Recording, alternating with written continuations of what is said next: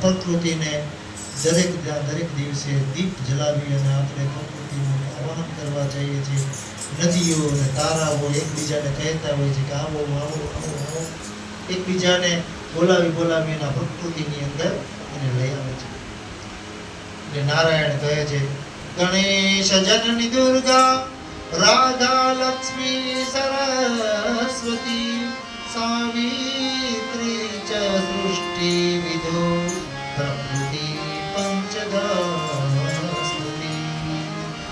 નારાયણ કહે છે હે નારદ, ગણેશજીની માતા દુર્ગા, લક્ષ્મી, સાવિત્રી, સરસ્વતી અને રાધા, આ પાંચ દેવીને પ્રકૃતિ કહેવાય છે.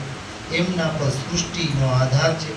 જે ગણેશની માતા ભગવતી દુર્ગા છે ને, તેમને શિવા સ્વરૂપા કહે છે. બ્રહ્માદી દેવતાઓ, મનુઓ, ઋષિમુનિઓ ગણ તેને પૂજે છે. તે જ સ્વરૂપા હોય છે. પરમ તેજસ્વી હોવાથી તેમના તેજમાં અધિષ્ઠાત્રી માનવામાં આવે છે. સૂર્યમાં જે પ્રકાશિત શક્તિ છે તે તેમનું સ્વરૂપ છે. તે શંકર ભગવાનને સતત શક્તિ પ્રદાન કરતા રહે છે. જે પરમ શુદ્ધ સત્વરૂપા છે તેમને ભગવતી લક્ષ્મી કહે છે. પરમ પ્રભુ શ્રી હરિની એ શક્તિ છે. અખિલ જગતની તમામ સંપત્તિઓ એમનું સ્વરૂપ છે. તે પરમ સાધ્વી દેવી મહાલક્ષ્મી નામે પ્રખ્યાત છે અને વૈકુંઠમાં રહી પોતાના સ્વામીની સેવામાં સંલગ્ન રહે છે. સ્વર્ગમાં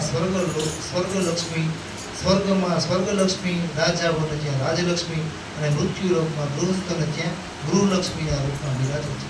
પરબ્રહ્મ પરમાત્માના સંબંધ રાખનાર વાણી, બુદ્ધિ, વિદ્યા અને જ્ઞાનના અધિષ્ઠાત્રી છે. તેમને સરસ્વતી કહે છે. એ સરસ્વતીથી આપણે બુદ્ધિની પ્રાપ્તિ થાય છે, વાણીની પ્રાપ્તિ થાય છે. એ જ સરસ્વતીની કૃપાથી આપણે સૌ બધી પોતપોતાની કલાઓને નિરૂપણ કરી અને મા સરસ્વતીને પ્રસન્ન કરવા માટેના કાર્યો કરી રહ્યા છીએ.